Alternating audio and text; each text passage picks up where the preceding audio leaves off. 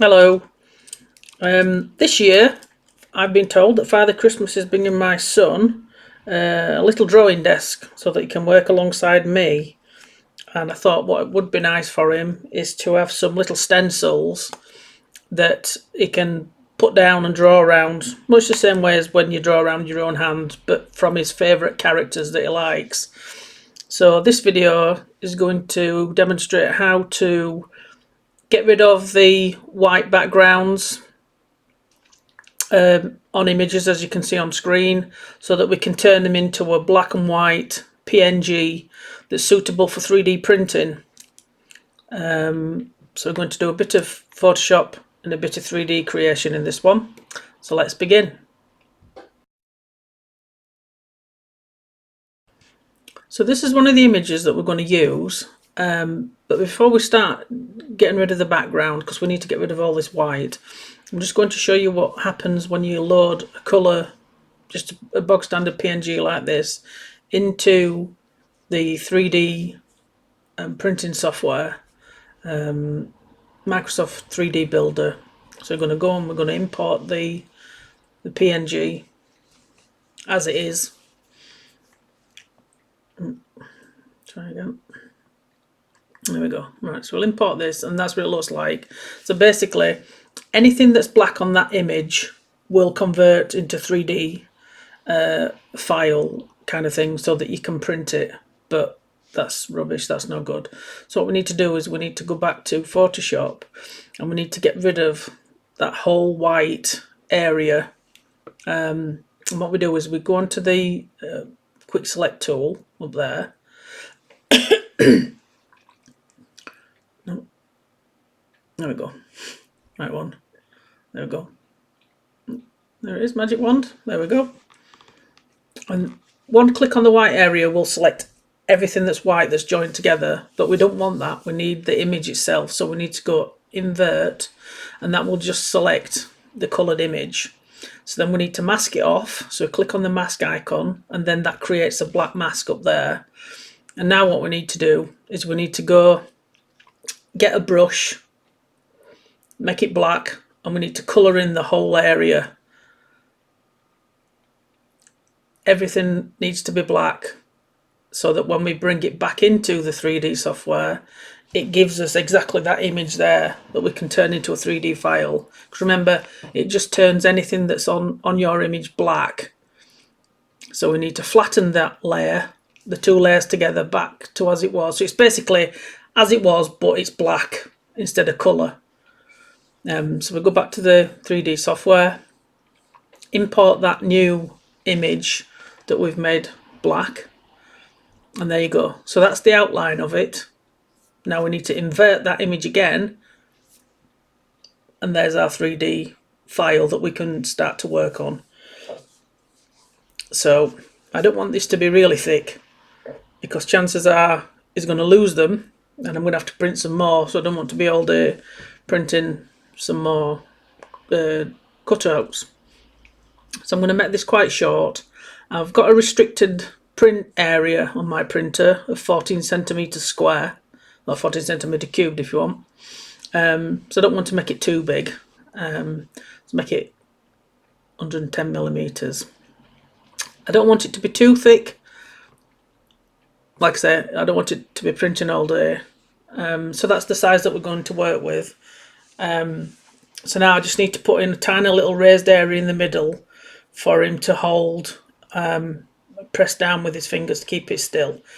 So for this, I'm creating this cone, but I'm going to chop the top off so that it's not pointy and he's not going to hurt himself. So I'd bring in another square, a cube, and I can just drop that on the pointy bit at the top and then subtract them two images from each other.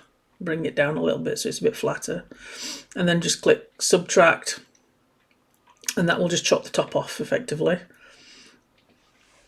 And then I can drag that over the image and then drop it into the area that I'm going to print. Just make sure that it don't pop out the bottom, and that'll give him something to hold on to while he's drawing around it. And I'll just move it in the middle there so that it's in the centre there.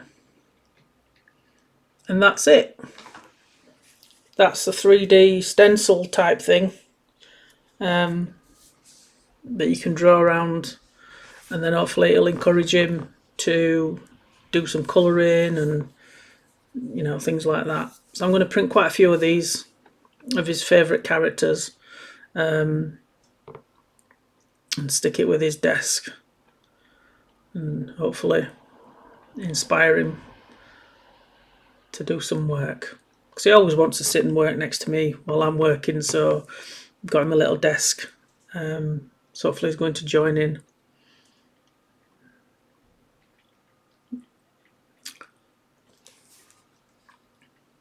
I'm just going to colour it just to show you what it looks like, but the colouring has got no bearing on screen to what it's going to print out, because I could print that in red if I wanted to. But that's it. That's the 3D print, or that will be the 3D print. I did record the print, but for some reason it's showing up upside down when I import it into the software, so I'm not really sure what's happened there.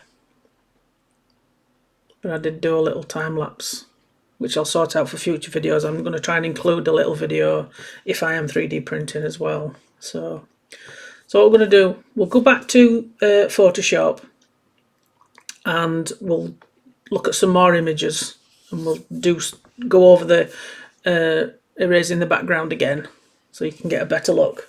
So you import the image, then we go on to our Magic Wand tool, click on the blank area, whether it's white or, you know, transparent like that, invert it so that it selects the image, and then go down to the mask button.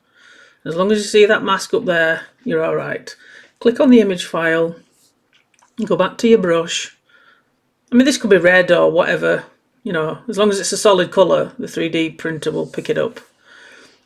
When you've done that, we need to go on and flatten the layers together, so that brings the white area back, and then save as a PNG. So I'll do a couple more just to repeat the process. So we're going to open another one.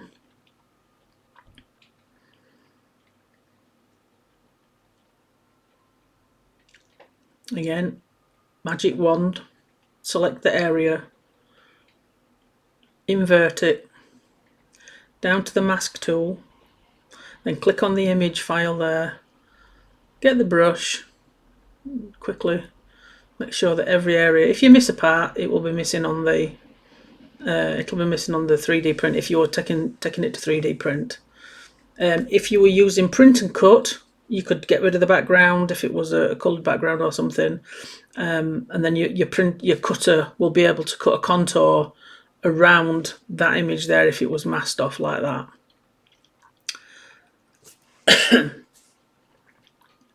So we'll save that one.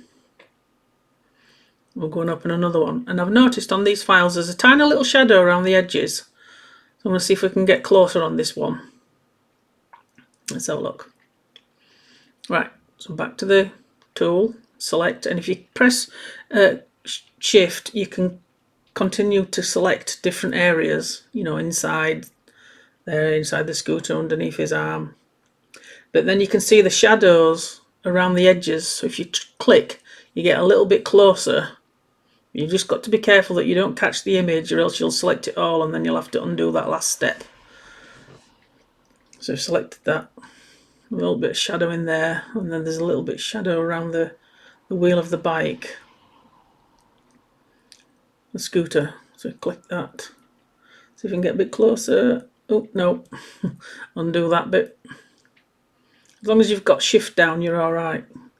You can keep selecting.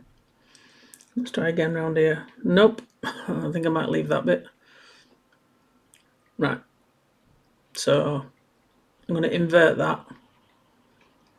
A minute, just see if we can select that other bit there. Right. So we'll go on to invert to select the image, down to mask, click on the image file, get the brush, colour it all in black, and then flatten the two layers back together, and then save. In some other videos I'm going to show how to get rid of backgrounds when there's colour involved. Obviously these are a bit easy because it's just like a single colour that is being erased. There's the images there. So I know some people like to do, but I've been asked in the past as well to make cut files from images of pets, etc. But they don't want that. You don't want to be cutting like stuff in a park or inside the house or whatever. You just want the image of the dog. So you can erase backgrounds quite easy in Photoshop and other image editors. So